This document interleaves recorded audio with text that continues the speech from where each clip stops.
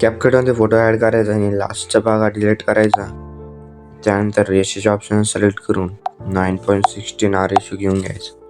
त्यानंतर फोटोला प्रॉपरपणे झूम करून इथं सेट करून द्यायचं आणि ओव्हरलेमध्ये जाऊन बीटमार्कचा व्हिडिओ आहे तो ॲड करून घ्यायचा. ॲड ओव्हरले करायचं. बीटमार्कचा व्हिडिओ ॲड केल्यानंतर बॅक यायचं आणि परत बीटमार्कचा व्हिडिओ क्लिक करायचा. त्यानंतर इकडे दिसेल एक्स्ट्रॅक्ट ऑडिओ क्लिक करून व्हिडिओ ऑडिओमध्ये कन्वर्ट करायचा आणि त्यानंतर फोटोची लेंथ ही इथपर्यंत 1 मिनिट. आता आपल्या फोटोची लेंथ ही बीट 5 पर्यंत न्यायची आहे. त्यानंतर आपण इथपर्यंत घेऊ.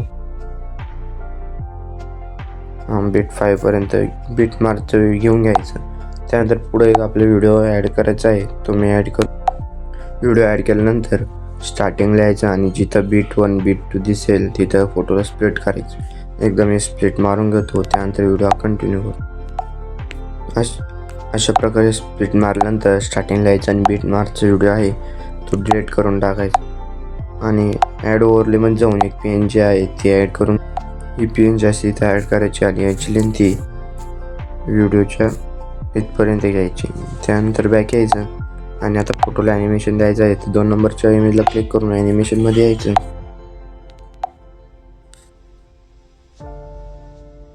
खाली स्क्रोल करायचं आणि ते टर्बुलन्स हा इफेक्ट अप्लाय करून टाकायचा. त्यानंतर पुढच्या इमेजला क्लिक करून ॲनिमेशनमध्ये यायचं आणि कॉम्बोमध्ये आल्यावर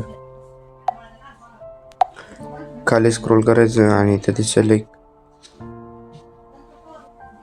स्लाइड हा इफेक्ट अप्लाय करायचा.